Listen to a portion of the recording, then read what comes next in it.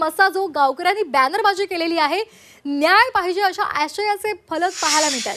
शरद पवार यांच्या दौऱ्यापूर्वी मसाजोगमध्ये सध्या बॅनर्स लागलेले आहेत। मसाजोग गावकऱ्यांनी बॅनरबाजी केलेली आहे। न्याय पाहिजे अशा आशयाचे बॅनर झळकलेले आहेत।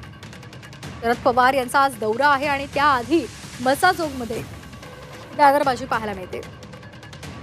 दरम्यान याचा आढावा घेतला आमचे प्रतिनिधी विष्णू बुर्गे यांनी। पाहूयात।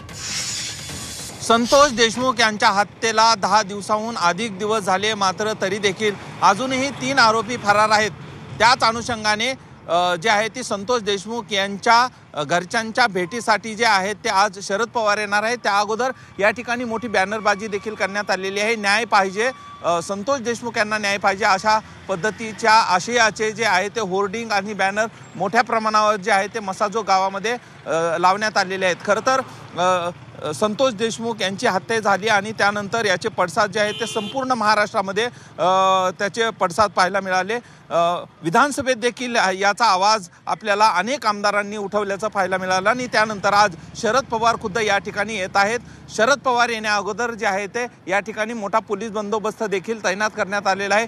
बीड जिल्ह्यातील मसाजोग हे गाव आहे आणि या ठिकाणी मागील 10 ते 12 दिवसापासून अनेक नेत्यांनी देखील संतोष देशमुख यांच्या हत्येनंतर या कुटुंबियाला जे आहे ते भेट दिलेले आहेत। आज शरद पवार येणार आहेत। शरद पवार या ठिकाणी येऊन परिवाराची सांत्वनपर भेट देखील घेणार आहेत। त्यामुळे आज शरद पवार संतोष देशमुख यांच्या हत्येनंतर पहिल्यांदाच या ठिकाणी येणार आहेत आणि त्यानंतर ते भेट घेऊन काय बोलतील याकडेही सर्वांचं लक्ष असणार आहे।